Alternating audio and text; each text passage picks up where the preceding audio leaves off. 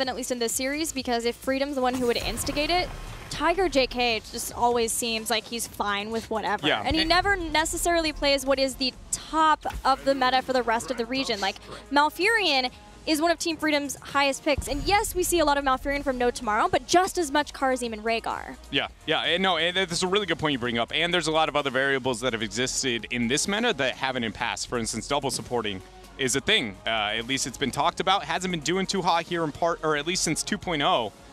But it is, in fact, an option, whereas historically double support has been a weaker strategy. But the Malfurion first pick for Freedom, do we see the Uther in this rotation for No Tomorrow? Probably not. Again, just because Tiger JK it doesn't afraid. He'll play any support you want to put him on. There's the Gul'dan Johanna. Thought maybe we would see Greymane again, but Gul'dan instead. Yeah, I mean, I would like to see a Greymane out of Freedom now.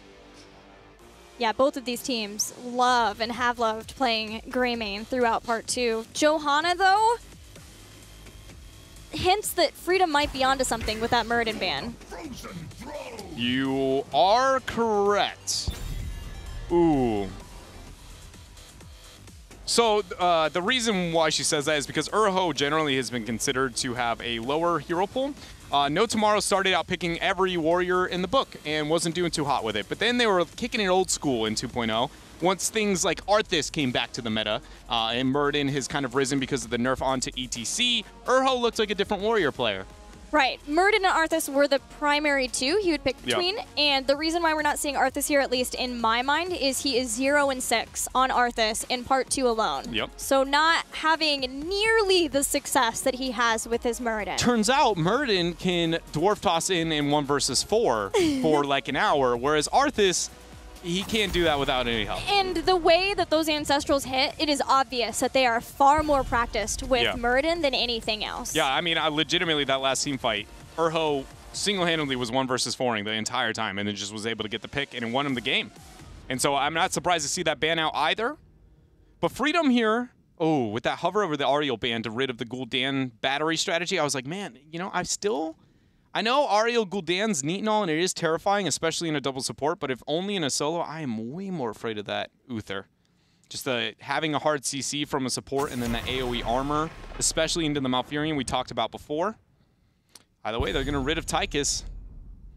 Focus on Jason somewhat. They've picked up Greymane, banned Tychus. If Jason is playing one of his 3 most played heroes, we would maybe see a Vala here for No Tomorrow. I think this is going to be a really good question for No Tomorrow when it comes to the world, at least their philosophy on supports.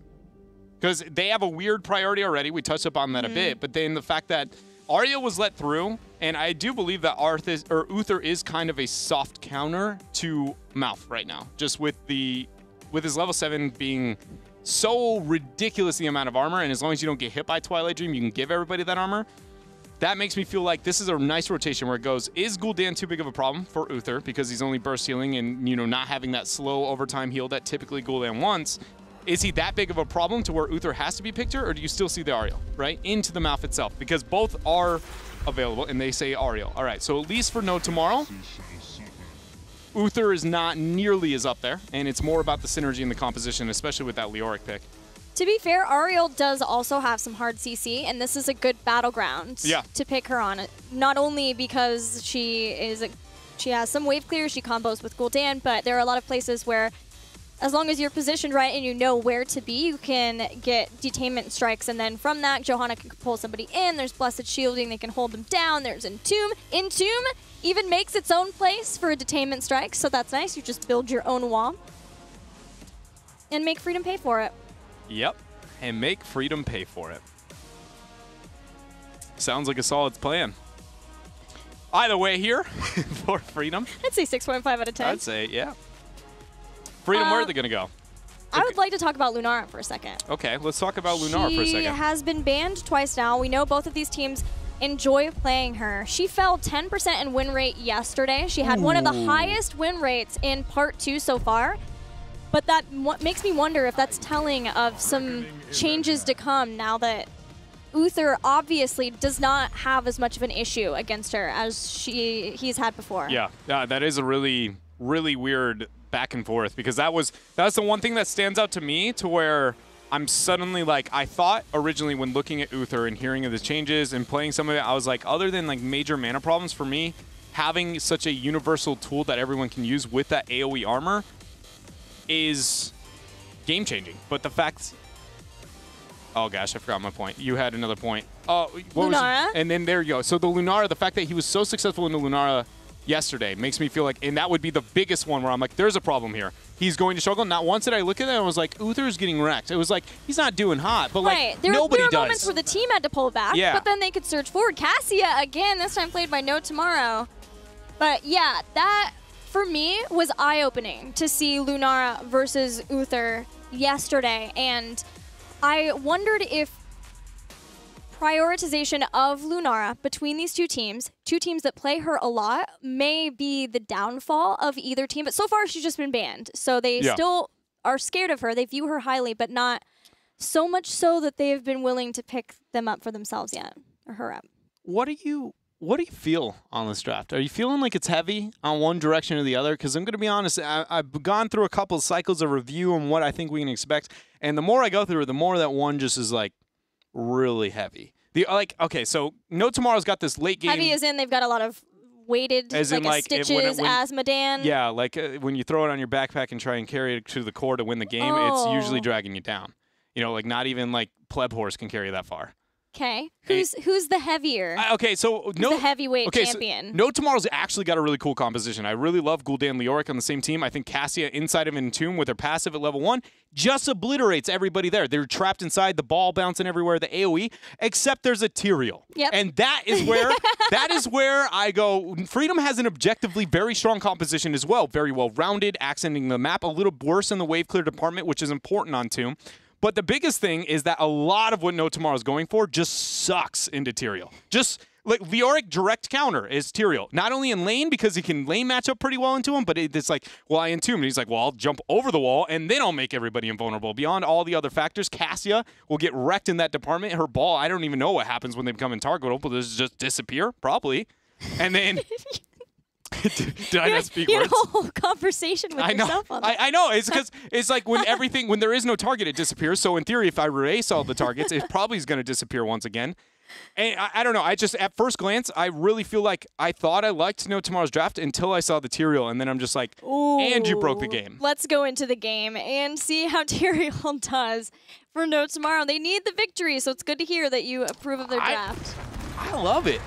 Yeah, regardless of the rest of the build, gotta be Sanctification this time. I was gonna say, I take back every single thing I said if I see a judgment. I will, everything is gone. I'm all on the No Tomorrow hype train when it comes to the draft. If that is the case, they've got a lot of late game scaling, anti-mage, which should be decent. We haven't even talked about combo with blinds. Ooh, yeah, we haven't actually. Ariel 13, Johanna base. Who's on Tyrael this game? They have Insomnia. Insomnia's got a lot to do. And don't get me wrong, it's not as hard as it could be for a lot of Tyrael games where I'm like, you know, Tyrael's got to be pretty much a baller this match. He's got to carry the backpack. Yeah, most of the time when I say that, it's like really hard. But in this comp, it's not as difficult. Tyrael is very, you know, there's not enough hard CC or instant burst on the other side to where he should not be able to get those things. You know, that's most of the time the thing that stops big Tyrael plays is hard CC, but there's not enough on the other side to where I really do feel like as long as Insomnia drops it early, they're going to be comfortable in this game.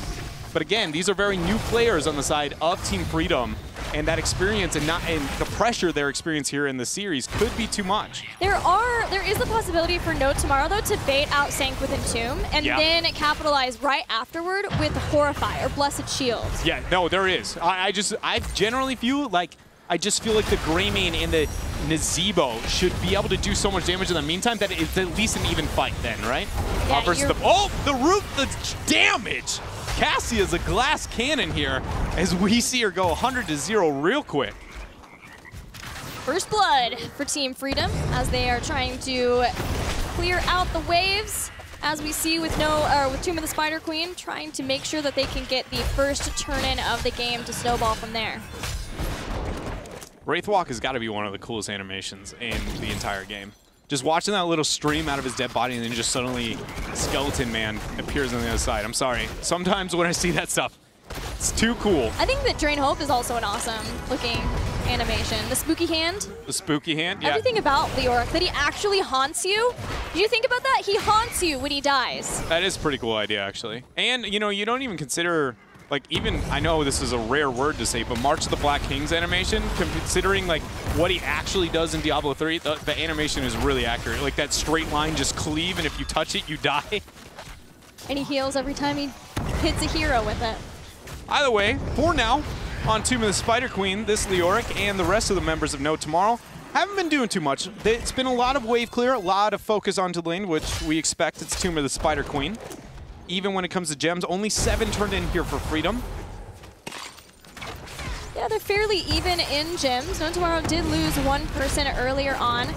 But it is Erho who is holding on and picking up a lot of the gems. What this does is allow No Tomorrow to make sure that it's somebody tanky who has Iron Skin if she needs to run away, if she gets caught from some of the stuns, the roots that Team Freedom has. What makes things difficult is when Erho wants to try to turn in, you want your warrior to be able to zone people away, and Erho can't do that as much. There is Casanova, but he's stuck babying the bottom lane, being the guard for good. The guard for good. Evil, really, if it's Tyrael versus Leoric. Yeah, that one, there is a pretty distinct good and bad side to that 1v1 down here. Also, another thing, when talking about the Tyrael matchup, we often know when Tyrael in 1v1s, he's not very good at actually winning them. He's just more of a placeholder, as you saw on bottom, but no kill to be had here. Just really what he does is, the reason why Tyrael is even remotely effective, ooh, those 26 turned in for No Tomorrow are going to be impactful, is just his AoE shielding on the minions helps his minions slowly win. Smite's okay, but it's more that he's never going to die, and he's got decent wave clear because, again, the shielding and the smite. Enough gems are available for a turn-in here for No Tomorrow. Team Freedom has a lot of ways to stall turn-ins, so I'm surprised that those 23 went in, but Impale was maybe baited out by Tiger JK. Up above, but there are still, you know, there's Jars of Spiders, there's Moonfire with Elun's Grace, so there should be a lot of ways for Team Freedom to stall out. They just need to make sure that they do a better job of it from here on out, since Erho got all of his gems in. Another one, like, weird thing to look at is the fact that Malf at level 1 went with the Scouting Drone over the Moonburn, so less emphasis into the laning phase, which, again, for North America, is an upward trending thing. The root, the knock-up with Jason make it out. Good Condemn getting the peels, and it looks like he will survive, but Casanova had to Wraith walk out. Jason has picked a different level 4 talent. This is the one you see, I would say, more often, Ring of the Leech, because you get some self-sustain with it. You heal for 25% of the damage done to blinded targets. And again, there are a lot of blind possibilities, especially once Ariel hits level 13. Yeah, and I was actually talking a lot about Cassia before this match when we were watching in the Expert Series from Europe with our Observer. And he was talking a lot about that level 4 talent and when he likes to take and everything. And I really agreed with his philosophy. And it was when you have a pairing of a blind, it goes from like a good to kind of great talent, right? It becomes a lot more effective. That makes sense. But when you only have one, it's like it all comes down to how realistic is it for you to blind the kill target and be able to get an effective rend or, you know, auto attacks at least onto that target. So I do like that, especially considering the Johanna here. Poseidon's a good one to ask about Cassia. He's a Cassia. He loves his Cassia. Burrow charge, Trees gets out. First Web Weavers for Team Freedom.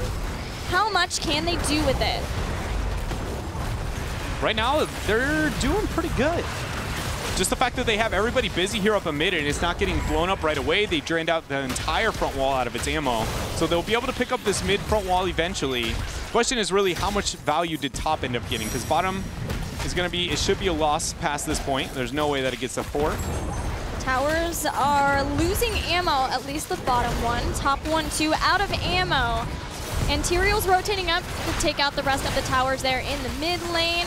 No Tomorrow doing their best to defend their final towers here. Don't want to give Team Freedom any more of an experience advantage that Freedom already have. They're getting closer and closer to having that lead of being able to maybe get heroics over No Tomorrow. So they want to staunch that as fast as possible. Yeah, and if they can get that level 10 spike with a secondary turn-in, Team Freedom is going to just snowball this game to a point of possibly no control. It'll be a very, very rigid window for No Tomorrow in the later parts of the game, around 16.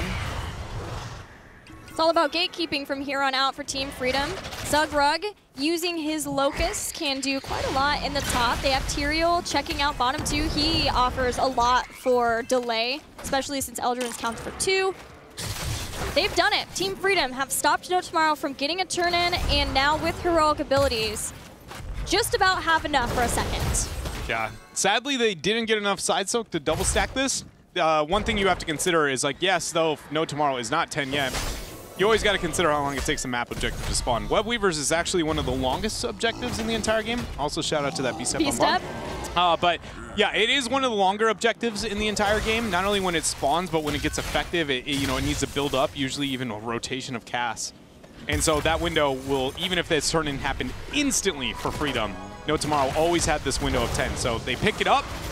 Not going to see Resurrection, but we will see Valkyrie with the Entomb of Leoric. So we're going to see the one-stop shop Entomb. Wraith walk it out. Are we going to see it? Oh, man, I wanted to see it right there. How the interaction between those two work. We may just yet at the turn of this game with Web Weavers barreling down the lanes toward No Tomorrow's base. Speaking of barreling down, burrow charge from Zugrug does not again catch anybody from No Tomorrow, but that cocoon will. Jason stuck inside of this cocoon. How do No Tomorrow bust him out of here? With an Entomb, collusion on the other side. Valkyrie pulls in, Sanctification at the same time, Twilight Dream 2, and Casanova getting obliterated in the fight, but staying alive, and that is so important with 34 gems on his body. And more importantly here for Freedom is the fact that they have just kept everyone of No Tomorrow busy up here in the northern lane, allowing those Web Weavers not only a mid to be effective, but more importantly that on bottom. They are going to be opening up what is going to be a triple fort play, I believe, because ideally what they should do now is somebody's going to respond to bottom, and with that downtime, they take out the top fort. And in fact, that is going to be their transition. So, huge plays coming out from Freedom here, now securing a level lead and 3 fort advantage. They're going to back out real. Leoric hasn't shown technically, so that actually was a safe call. He was rotating back to take that fight. So, Dread, we saw the first installation of Entomb Valkyrie. Not quite all in a line. Entomb was Kitty Wampus. Yeah, Kitty Wampus is perfect way of describing that. And then after that, oh, hold on. Again with a cocoon. Zombie wall, a lot of damage. The Curse Bullet goes in. Insomnia there will not be the finisher. Big heals coming out from Tiger JK over the wall. Aegis 54 seconds away. Good detainment strike onto Nazmus. Yeah, they've caught Nazmus in a bad spot. Valkyrie tried to pull him back over, but no such luck. Casanova comes in from the side. Nazmus not making it out. No Tomorrow claims their first life. They do, and they get the Entomb as well. Insomnia very low on mana, not enough for a Q, and they get a second pick here. A lot of the gems on the ground, only 5. Ooh, another rotation picked up there for Zugrug. So not all is lost, but a Web Weaver rotation now for No Tomorrow. And No Tomorrow trying to clear out the lanes as fast as they can, prepping to get the Web Weavers all the way up to the gates as soon as they spawn, at least here in the mid lane. Top lane is in a good, favorable spawn place too. It's only bottom that Casanova is trying to help out Prime up as fast as he can. Referring to the question you asked before that I didn't totally get to answer. You were talking about the first time that we saw the combo. Honestly, I feel like the combo is going to be really hard to run. I don't view that as never once have I looked at those two and be like, yeah, that synergy. Like, I can see the argument, but it doesn't, I don't know. We'll see as it goes on. I wasn't impressed with it the first time. The one thing I did note out of that team fight, when we were talking about Sanctification timing, I said open with it, right? They dropped a cocoon and they still ate not only a 4-man Horrify, but a lot of heroics before Sanct came out. I feel like you should be negating those rather than responding to them. There's going to be Valkyrie and Ice Block to stop it from Damesky. Nice but it outplay. does at least make that be used in that regard, and there are still some heroics left. We have Horrify still for No Tomorrow and Blessed Shield. If Arrow can pull out Team Freedom far enough, he may turn this around with the Blessed Shield. He'll have to because there is Cocoon. There's the Cocoon. The Zombie Wall follow-up once more. A lot of damage going on to Zugrug. He dodges with the Wraith Walk away, actually, Casanova, but everybody of No Tomorrow falling so very low. They go in with the Eldruins. They get the first pick. The Horrify splits away Insomnia. 47 gems. 47 gems. Arrow's holding them. Zugrug's going for it, and they take him out. They need his zones. Casanova can get those. He doesn't move up because he's got 55. He's afraid to venture out there. That would have been 100 on top of Ghostman Skeleton King Leoric. 70 gems still exist here in the bank of No Tomorrow, but 47 for Freedom. They still have a half-level lead. They're a ways away from a Talontier advantage. So we have still an even game, but no tomorrow. We're talking about the rigid window earlier. It's a little more open than I expected. They have a lot more breathing room, only being a half level behind between that double turn-in and level 10 advantage we saw earlier in this game. Yeah, I think that it's a bit of an illusion that No Tomorrow is as close to Team Freedom as they are. They only have 80 gems, and they have one less turn-in than Team Freedom. Team Freedom is working toward their third turn-in, of which there's only one fort remaining to defend against, and then they can take down keeps. And that gets Team Freedom some keep towers up to 16 and more of a window. So No Tomorrow has to use this time carefully. I think that's a perfect way to put it. Like, unlike most maps, I would say the 3 maps that are deceiving on how far ahead or behind are you, Cursed Hollow, Tomb of the Spider Queen, and Infernal Shrines, yes, are all so easy to think you're in a game, but you are just flat out not. Entomb missing there for Casanova. Another thing we have to talk about when looking at these comps is Casanova, between Nasmus there on Greymane and Dansky post 16, they can force Wraithwalk ending so fast. Like, I'm talking half a second level quick, especially if Cursed Bullet is up. The minute he drops that, he has to Wraithwalk out. They can get this delay, they do. Delays happened again. Team Freedom chasing No Tomorrow down. Blue Web Weavers descending, and No Tomorrow again are going to have to fight and defend while holding so many gems, way more gems than they would like. This is a big turning point for Team Freedom in the game. It is an absolutely huge one. How much bleeding can No Tomorrow stop? I don't know yet, honestly. I feel like this is going to be a key play here for Freedom, and if not, it's very, very close, especially if they get that 16 with a big enough window to force a fight here on mid. We'll see. Either way, Tyrael's still up on top, dealing with the fort for now. He will be able to rid of that. Now looking to transition towards mid. What happens? How hard is Freedom going to try and force this fight? Or are they just going to buy time for bottom and mid Web Weaver? So far, there has not been an opportunity to go underneath the gate, but that changes now. Web Weaver steps in. Cocoon's been used. It's deep into the lines of No Tomorrow. And with Airho zoning away, there's no possibility to punish No Tomorrow for getting caught there.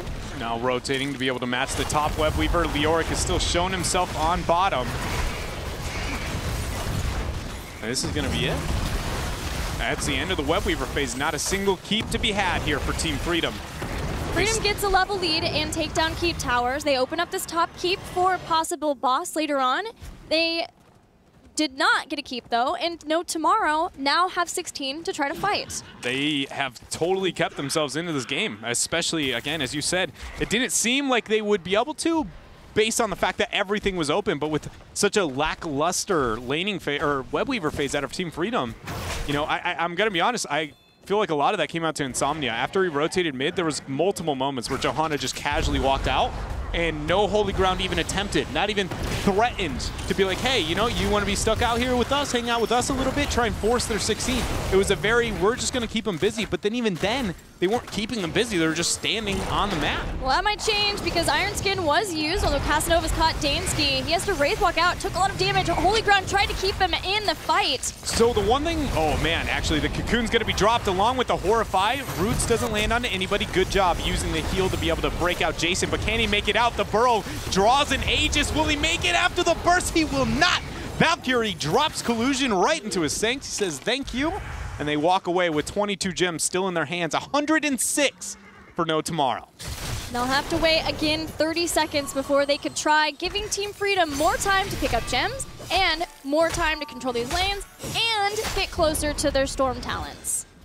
Tiger JK has always had a lot of energy to heal people up outside of the Crystal Aegis. It's just a matter of trying to keep them alive through the burst that Team Freedom has in this late game between Executioner, Twilight Dream 2. Casanova has to get out of here. He's not going to get out of here. No, he's not. And that is 77 gems. Luckily, one went over the wall, so there's going to be 20 for free. But all the rest of the gems, Gonzo with Leoric down. I think that's a perfect example of talking about, you know, the Leoric into a Greymane Nazebo.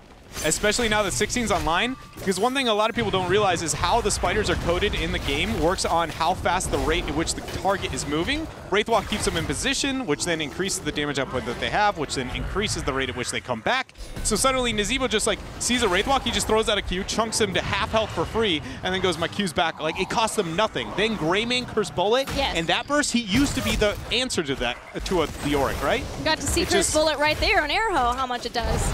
So you want to use it on the full health warriors because it's 40% of your current health. You want to open with it. Either way, there's a flank for No Tomorrow here down below onto this turn-in as a couple members are going to start. Holy Ground is splitting. Cocoon already going to be dropped. Urho falling so very low. Holy Ground is going to get the split. Wraithwalk out is going to be Casanova, but he is already down. Talking Trees takes the Aegis Sanctification drop and negates the Twilight Dream. They get the pick, and they are going for blood. Everything crumbling here for No Tomorrow. Oh, Valkyrie pulled in Zugrug, but No Tomorrow couldn't even get that kill. No Tomorrow was spread out so far across the lines of battle in that turn-in point. And Team Freedom take out all 5 members, wiping No Tomorrow. Getting closer and closer to the turn-in that may seal the fate of No Tomorrow in Game 2. Dansky, the Ginger Dread, Nazeebo.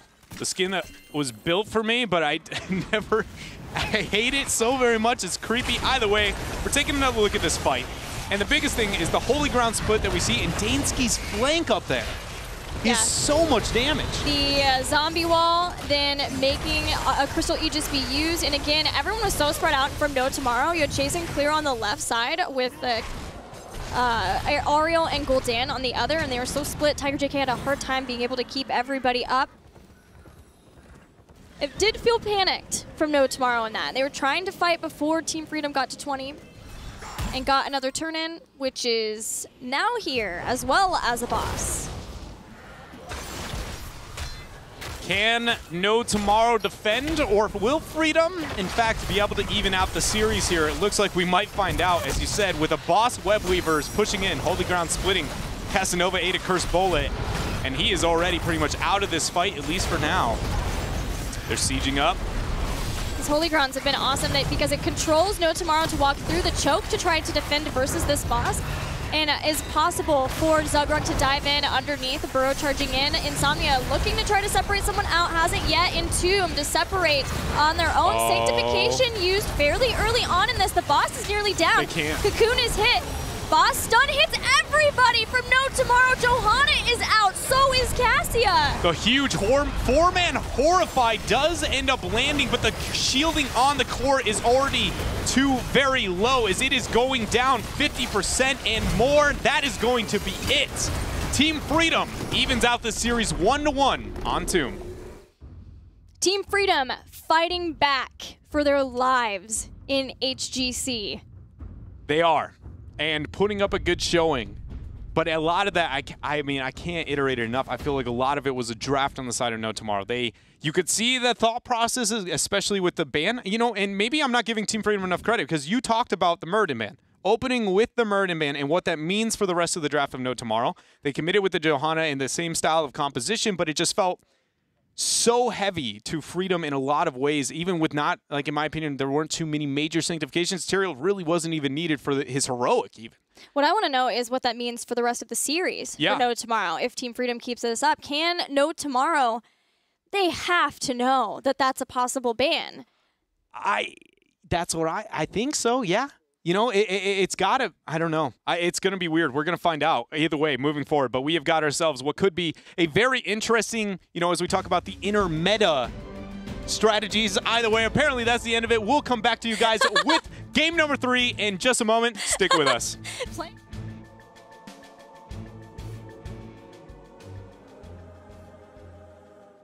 So I'm joined by Tony Sue. We're going to play some, I wanted to say ninjas, but we're actually playing heroes, and I'm playing a ninja. Ninjas and pandas. You might have heard I'm probably the best Genji EU at the moment. Actually, I think I'm number 2, actually. Well, I don't know about that, but...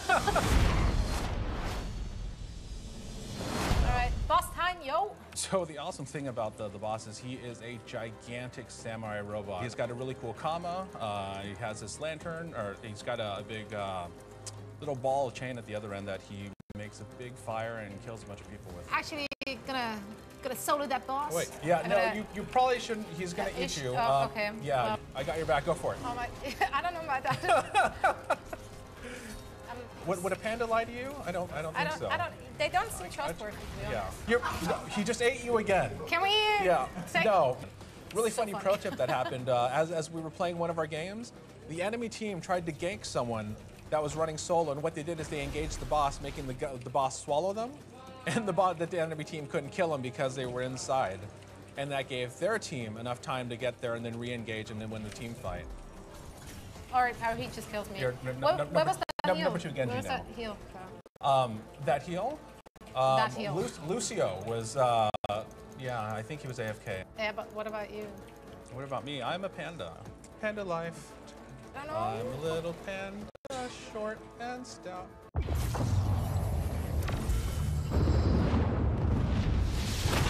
The demon Asmodan had his ultimate victory within reach, until the opposing heroes dealt him a devastating defeat.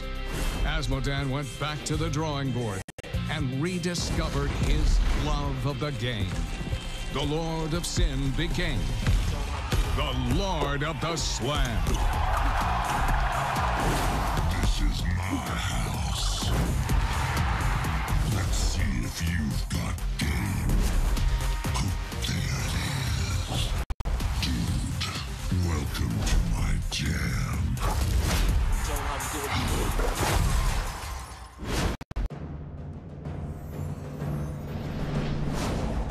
A terrible fate has befallen this world. Evil runs rampant, uncontested.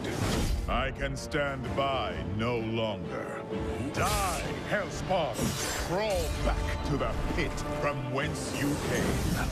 I am the Archangel Tyrael, and I will defend this realm from all who would defile it. For I am justice itself. Well, Dread, you got played out of your acceptance speech there at the end. Did you have anything else you wanted to add for the end of last game between No Tomorrow and Team Freedom? Nope, that was the end of it. We're ready for Game 3. I'm ready to move forward. I want to experience the rest of the series. I don't stick around in the past. I'm ready to go. You're just ready to have it come down upon you. Game 3, any thoughts of where we might be going for Game 3? No, I'm not even going to postulate. I just want to know. Throw it up there. Hit me with it. I don't have that power. Only you do. Darn it! Twice I've been giving Gilly responsibilities. What is this? Team Freedom. And the map, we only got the last. It's not there. There it is. I made him panic. I broke everything. Team Freedom is going to be taking us to Cursed Hollow. We've got it. We know. Any thoughts on Cursed Hollow? Nothing stands out to me. No. Let me look at some records to see if it stands out. Not for No Tomorrow on Cursed. Team Freedom. Nope. No. So, another game where we can walk into it with the mentality that this is probably a 50-50. Last time that happened, I talked about it. I thought Freedom just flat out drafted so very well. That of No Tomorrow, but also we just talked about this, Cassia in both the series or both the games so far here today. Both teams have played her. And she just hasn't been doing too well. You know, she's not looking too good. So then it's like, now do we still see Cassia? It's weird because with the new meta, now you get to see the test of like when they had the false positives, is like how good is Cassia maybe? And if they are like, no, she was that good. We just misplayed. We've got to play better. Or if you rid of it. Because for me, I would rid of it if I was these teams with so much on the line here, because not the strength of the hero, but working with the hero. I think that's one thing that's really underestimated, especially with new metas, is we get these new heroes all the time. And Cassia could be phenomenal. She could just be game-breaking. But it doesn't change the fact that that changes how you open with your initiations. That changes how everybody moves in. Unless she has a press the R button and everybody on your opponent instantly dies for the rest of the game, period, it's hard to work with her. You can't just blind pick her. You have to get that practice, get that work with her as a hero. Yeah, this is the first time that she's been available in HGC, and it's only a week between the different patches. It may not be enough time for these teams to have fully adjusted to the synergies with Cassia. So given that No Tomorrow is going to be an Abathur, Team Freedom takes out Muradin once again. Team Freedom feels like they have found the hole in No Tomorrow's lineup. And it is the Muradin ban. By the way, No Tomorrow going with the Dahaka first pick. Gonna put more emphasis into the global game. So what do we see out of Freedom? Do we see the Malfurion in this rotation? Maybe Falstad? I think you're probably right. I wouldn't be surprised if they replace the Falstad for a frontliner. Yeah, like an Arthas, maybe, to really kind of put the nail in the coffin of No Tomorrow with that Muradin ban of like, we're going to try and put Urho on something he's just not as comfortable on. And you could, again, because the Arthas being 0-6, it's one of those banks where it's like, do you give up the Arthas and just let him have it or risk that? Or do you really try and, you know, shut everything down? We'll find out as they've got 20 seconds for this next pick. It's going to be a Greymane. Malf Greymane. Not even going for that global match. They are just all about the brawl. And I'm not surprised because Greymane is showing he's kind of the main, you know? He is top decking and wrecking some nerds. His win rate is, I believe, the highest for Assassins out of a large sample size. He's sitting at 77 as of the end of yesterday, whereas Lunara, who was above, again, she fell 10%. Just to give you guys an idea of how ridiculous that statistic is, I mean, I don't even know how to put that in perspective. Because they view the 78 win rate, and they're looking at that as like, well, you know, I've seen HOTS logs before, or Hero League stats, and, you know, like 78, it happens, it's rare. But, like, for in a competitive world, for something of reasonable to have above 60 is just like, okay, 65 is like maybe borderline busted. 70? Especially with a large sample size, because that is not the case. Sometimes you'll see like, yeah, there's a 100% win rate with 2 games played. But in this case, he is the 7th highest picked hero in all of NA HGC, has the highest assassin win rate. And he got buffed. Yeah, and another way to give you kind of a bit of like what that means in terms of perspective when looking at stats and how drafting unfolds is like we knew Malfurion, for instance, is still considered to be not as insane, but first pick, first ban-esque. He's sitting at that 52% win rate. We just saw that. 52% win rate, and he is still first pick worthy. Greymane, 78, 79? 77. 77% win rate. He's just kind of not, he's not even banned, it's just, that shows, it's so interesting. I just love looking at kind of stuff like that because Me too. So many variables, and it's really hard to kind of deduce it all.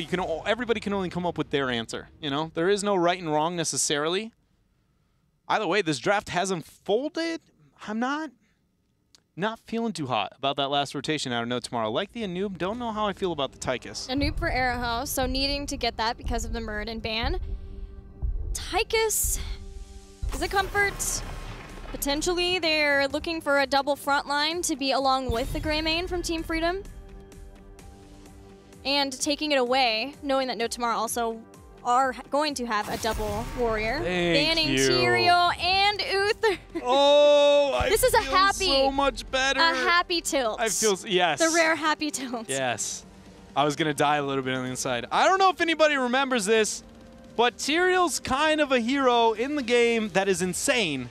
It's a good map for him. It synergizes with Freedom's comp. We saw it happen yesterday where I was like, oh gosh, the Greymane Uther, you have to ban the Tyrael, and it just, even with Judgment, they didn't even take Sanctification. He has boss and they control. were bodying people. So it's just, I thought for a moment, No Tomorrow, if they let it through, I was just like, how many times do we have to witness the power of these two together?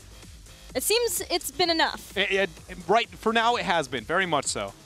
Freedom for the next 2 rotations in their draft. What do they want? They're facing the double warrior. They've kind of got the advantage when it comes to supports. So now, how do they want to rid of these 2 melees? Zugrug still needs a hero. Possibly Varian, possibly... There's still Arthas, too, if he wants to be a strong frontliner that's slowing down the melee-heavy composition of No Tomorrow. But no, playing Varian and Falstad. I really like what Freedom did. And I don't know if No Tomorrow is going to take the trap. There's a hero that No Tomorrow might want to pick, possibly. Zeratul. It doesn't fit their composition perfectly, but it does have a spot. And if they move into that, the Varian Falstad rotation, because if that Varian wasn't picked there, Zeratul makes a lot more sense in their comp, even with the double warrior. Just because the squishy backline having the Falstad, a global on Cursed Hollow, it works really well. But by picking the Varian there and then picking the Falstad, it's like, here's the Falstad, but it's like you don't want to pick a Zeratul into the Varian. It was just, it's a nice, if that wasn't in the same rotation, this draft could have been very different. Would have been very different in adjustments to that. Now it really deters that, so what is No Tomorrow going to do? Support? Rhaegar? But what is Tiger the backline? JK and Trees. Trees suggests there's still Lunara. I think they're going to pick Lunara this time. Zarya? Oh, there it is. And a Lucio. That's the second Lucio ever from Tiger JK? Yes. What? And there's the Xerath last pick for Freedom. All right. So, no tomorrow, mixing things up, breaking it down with the Lucio. And then a pretty standard composition come out of Freedom. Very melee focused, death ball-y. What do you think? That was, after the theory crafting, you and I kind of threw around after game number 1 and 2. I didn't think we would land here for 3. It doesn't seem too big of changes. It's more comfort. More comfort. Yeah, I thought almost for sure. like stepping back. Yeah, it was rather than venturing forward to the Cassia route, like, which was kind of what I was talking about, going to what you know, the safer things, because even if it's not as good, you know how to work with it better. But it does, you know, is that good for No Tomorrow? Because I don't know. It's hard because they've had such good success recently that it's hard to be like, no, that isn't good. Yeah, I would say looking at the 2 drafts, No Tomorrow's draft it doesn't feel whoa. It doesn't have any sort of whoa factor for me other than seeing Tiger JK play Lucio, which has just not been a thing so far in part 2. But for Team Freedom, you look at the battleground, you say, okay, we're going to Cursed Hollow, and they have Gust, they have Void Prison, they have Twilight Dream, they have these big heroic abilities that have found a lot of success. And if we are taking a step back from both teams to before the 2.0 patch, the switch to that, I would give that to Team Freedom. Yeah, no, I very much agree. When it comes to like the wow factor of Freedom's composition, like the only hero on that composition that I kind of don't love is the Varian on his own. Like it's one of his best maps. You know, the fact that laning isn't that important, and it sets up a lot for the team and kill potential. But every other part of that comp I look at, and I'm just like, woof. You know, it's that good. It's just a you need to qualify if woof is a good or a bad thing. It's like it's a good thing. It's a good thing. It's intimidating, right? It's just like, holy cow, what they can do with this comp. It's just they have so objectively powerful tools to where it's really hard to look in No Tomorrow and be like, you got this. It's not impossible because Freedom doesn't have too many synergies across the board. Not bad, but not great. They just have really impactful R buttons. And that alone, if a team has all of those and the other one doesn't have that, most of the time it does hurt them. Especially with boss control. Yes. To add to that on Cursed Hollow. Well, let's see how it's going to happen, how it breaks down as we go into Cursed Hollow for Game 3. Did you get my Lucio joke? I did. I wanted to laugh, then I thought, you know, it wasn't that good. You know, Thanks a lot. It's one of those things where I'm trying to make sure that I don't reward too much. You know what I'm saying? You only reward the good jokes? Yeah. With a response? Yeah, exactly. Dignified. That's the War Pig spray, isn't it? Oh, StarCraft up in here. The level 1, everybody across the board is going to be taking expected talents here on Cursed. Greyman's still holding on to his level 1. Ooh, do we get to see the new Wolfheart? That would be so interesting if this is the map where we see the new Wolfheart. Why do you say that? Just because we've seen, all right, it's going to be perfect game, but it's mainly because we've seen a lot of compositions where new Wolfheart seemed like if it was going to show up, it would have been there. Mainly the GFE compositions, Tyrael, Deathball that we would see, that would be the Wolfheart, right? Like where you get your W up as much as possible to always go in, always follow up on the Tyrael, but it never showed. So then to see it here on Cursed, it just feels like, you know, a very poke-oriented map to get that delay. Either way, we're with the perfect aim. Front walls being taken left and right. No Tomorrow's looking to transition up here towards top, but they're going to be a bit too late. Trying to use that movement speed with Tiger JK to their advantage. Well, at least to get them in position to defend faster. Global versus global game in the bottom lane. Tychus versus Zeratul in mid. In the 3v3 fight in the top for now. And this will be nice for Team Freedom to move someone down faster to get the Giants around 2 minutes.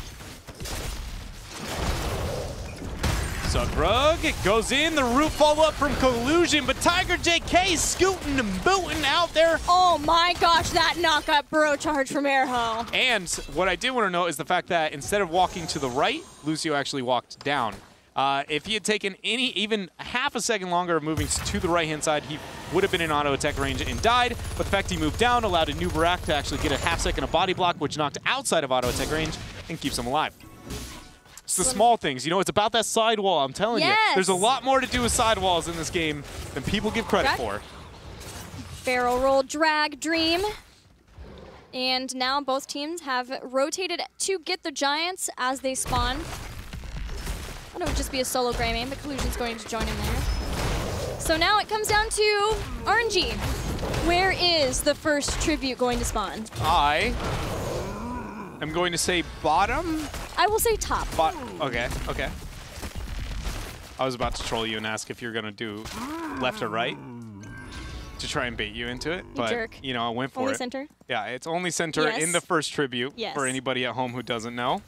And it can spawn up on top and bottom. You actually can predict, with a heavy air quote around that, certain tributes. The first one is always going to be that. We'll talk about it. We'll see if we can get a predicting of one of the tributes here in this game.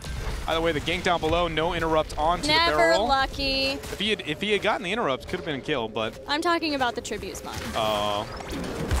That's a good call. You done goofed. All right, so we've got bottom mid for the first tribute. That means the Giants up in the top lane will push harder for freedom with everyone rotating down, but Tychus is going to remain in the lane, and No Tomorrow straight up giving up this first tribute. I think it's a smart play. Whenever your global is not the person defending the opposite Giants like that in a tribute, it's just like sack it. Tributes are not powerful enough, not worth your time. Maybe delay a little bit, depending on your comp, but that's about as good as it gets. Team Freedom did get their bruisers along with that, which is not generally the norm. The norm is that you get your bruisers now after the first tribute so that they will push during the next tribute phase. But having that, got some pressure here in the mid, nearly took down a tower, will take down a tower, and Freedom retreat in time before No Tomorrow can collapse.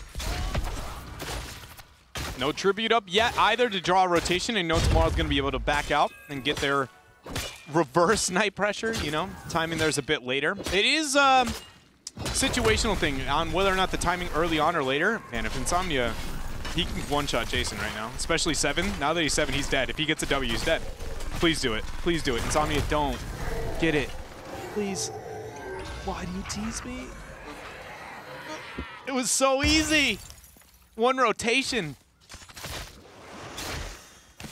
Either way. Night Camp pushing out for No Tomorrow. Insomnia not going for the big plays here. Tribute spawning in favor of No Tomorrow, top right. Meaning we cannot predict the tributes for you, I'm sorry. I'm looking at Boombox and how this is going to work out for Tiger JK. It's not a talent we often see for Lucio.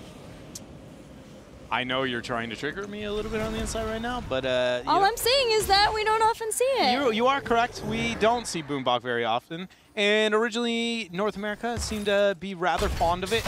Quickly, do they pull away from it? Well, we'll see if it gains any value here in this game. The knockback is going to be real. 3 strikes. Is he out? Tiger JK is there. Do we have a boop? Oh, we've got poison. That's just as good.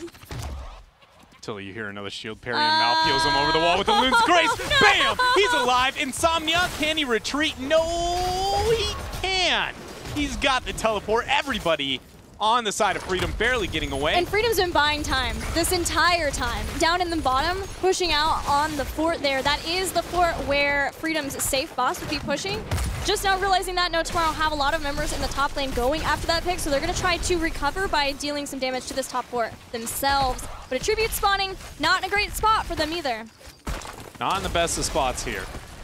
It is going to be a difficult one for them to be able to play it out. And the fact that they got Freedom pressuring this bottom fort, they're going to be able to get that. Casanova, he's got the kill, he's dead. He's got barrel roll left, but it doesn't matter. So the only reason that can happen that way is when he got the barrel roll interrupted by the drag, but he also got the auto attack debuff and the movement speed debuff. There is a weird situation to where he could have survived that only if the debuff doesn't hit him. And Freedom gets the kill. Just he should have committed, you know? It would have gotten the experience, they would have gotten the 10, they could have gotten out. Either way, it's going to give No Tomorrow not only a power play on bottom, but a boss, whereas No Tomorrow is getting their, or excuse me, Team Freedom is getting their own. Good realization of No Tomorrow that they had that power play and that Team Freedom would probably head to their own boss because of safety, and knowing and seeing people from No Tomorrow off the battleground, and that allowed No Tomorrow to go to their boss, even though they didn't have heroics and Freedom did, all because they were able to get that kill. Dahaka's been spotted. He's taunted out of any sort of self-healing with adaptation, so no Dahaka to stop and defend versus the boss of No Tomorrow. And again, that was the fourth that Team Freedom pressured and took out with Falstad paying for his life, but it will try to do some damage to the keep towers. Freedom are the ones closer to getting a curse with this tribute. Can they maybe get that off of this boss? Throws banners? He just casually dropped a banner on top. He just looked Freedom in the eyes and said, your base is mine now. Is it the person who captures the boss? I have no idea. But throws its ban. I have zero idea. All I know is that boss just threw a solo banner with not a single player around. Mad respect. Freedom has been pretty lucky with these spawns, as well as just outplaying, especially when it came down to the boss at the bottom, and that will net them the first curse of the game on Cursed Hollow versus No Tomorrow. So far, a fairly slow game. A lot of rotations, a lot of trying to play the macro game, make sure that they don't get out-macroed. But now, this is the point where Team Freedom can start to get ahead. The fact that no team has a global advantage over the other either is going to be one where Freedom does not, because it's kind of it enables your curse to be better if you have the advantage, and it negates the curse if you are down that advantage, or at the disadvantage of the global. So the fact that this is even, Freedom can really open up the map. The Giants up on top are something that Zeratul looks like he's going to rotate to, but Urho is quickly behind. I thought for sure we would see a bit more pressure and skirmish coming out from that, because typically what you see when you have the Giants pressured out, you want to get rid of them as fast as possible. Yeah. Just flat out, because no matter what, that's going to draw No Tomorrow at some point back to that, where that allows Team Freedom to capitalize elsewhere on the map. We'll talk about it in a moment, because that flight is online. Twilight Dream going to be used before the sound barrier hits, and that is a 1-for-1 as Varian goes down. Void Prison hits 3, Talking Trees steps into it 2 to survive. Locust Swarm as Anubarak comes out of this. Nasmus the one that may be the target, but no. Drag in, pulling him into the team at the moment. Arrow burrows, hits 2, Collusion in trouble, Ice Blocks for time. Nasmus the one to go down, Collusion will follow, but it may cost some of the members of No Tomorrow. Talking Trees leaping strikes in, but gets taken out. Nice knock-up is going to allow not Urho to survive. The Vorpal Blade finishes the deal. Can Tiger JK and Casanova chase him down? His teleport's up. No, not yet. I thought barely he would be able to get it, but he did not, and that is another kill. Going over here to No Tomorrow. The Giants still pressuring top, slowly but surely. Jason backing out, looking to get the Knights. Varian doing his own thing there on his Knights as well. That's why you want rid of those Giants. If that fight had been won by Team Freedom, your top keep is dead. And if it's not dead, it is at least taking so much damage that at some point you can make a major power play. It's because it always draws a late rotation after a curse if you do not instantly respond to it, because of how effective the pressure can be with your minion waves.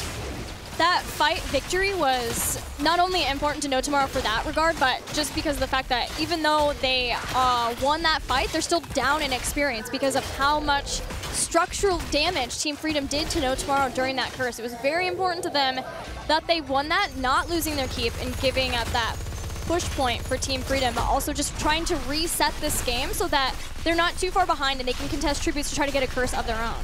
And bosses should be coming up very soon.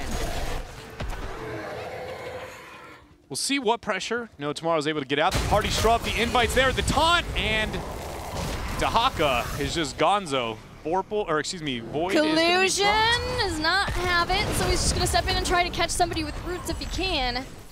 No Twilight Dream today. So a pick. Was it worth it? Not really. It's a lot of abilities. We're going to find out, depending on the next tribute and whether or not a fight happens in 78 seconds. Because they burn Twilight, Void, Gust, and Cursed Bullet. Cursed Bullet doesn't really count as a heroic, at least in my brain, when it comes to cooldown timer. It's not until it breaks like the 50-second threshold before I'm like, all right, this is a big deal when it's down. Other than that, it's kind of like, oh, it's always up, you know? Gust is back in 23. Tribute's up. There's no 16 yet if No Tomorrow engage right now. Anub and Dahaka somewhat late to the party. They are a bit late, and the fact that they aren't being very aggressive at all shows that they don't have interest in this tribute.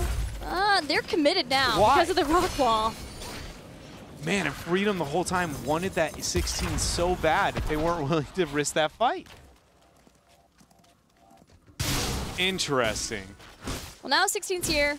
Sentenced to death. Big one for Zeratul, a combo Seeker in the Dark. Bonus damage to the Singularity Spike target. Executioner has been the standard now for Greymane for quite a while. The flight down for Falstad onto the Dahaka, looking for the pick. He met it with the drag. Casanova, you know everybody's flanking you, right? The bait. The bait is real. But the rest are here too. Taunt catches Tiger JK. We're going to have a brawl. Whether No Tomorrow wants it or not, they feel committed to this. Can they drag and catch? They do. Oh, wins in time. Freedom trying to force with that 16 talents here advantage. And even when they were given a fight, didn't want it. This is really scary for Freedom. That's the second fight in a row they have gone way out of their way to not take. It seems panicked almost, as if it's like, how do I say this? They are never gonna take a fight that they aren't confident to win. Like, absolutely, not even like objectively I have an advantage. Like, flat out, somebody is almost so close to dead because it's just, they don't even mess around. I'm very scared for No Tomorrow though, because Freedom should be okay maybe with taking this fight. They've already gotten their own boss. Casanova got hit by the boss stun, uses his essence now from that. No Tomorrow zones away Team Freedom, who do get one tribute, so they've stalled No Tomorrow from getting a curse. Boss versus boss. Team Freedom want to get a keep from theirs. Dahaka's getting rid of the Giants.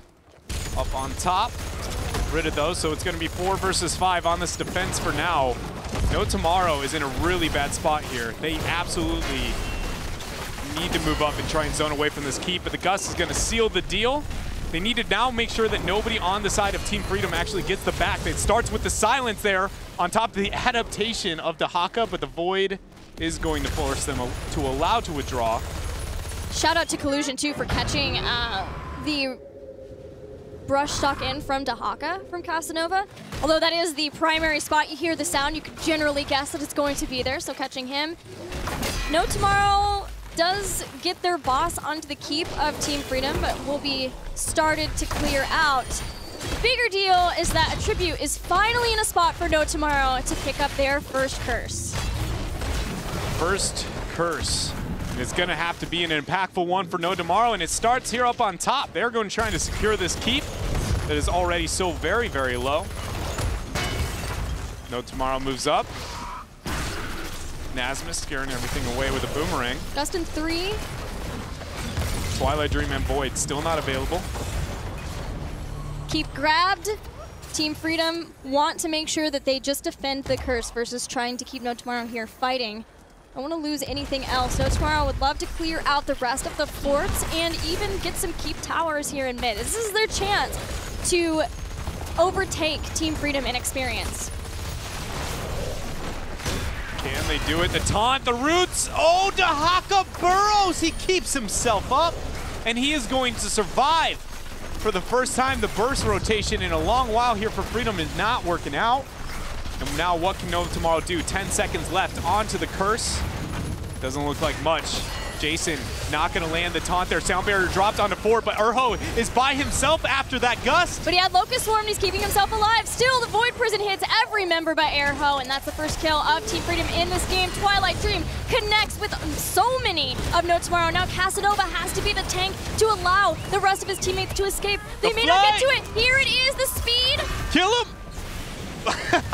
Tiger JK goes down. Talking Trees is barely going to be able to scoot his way out of here.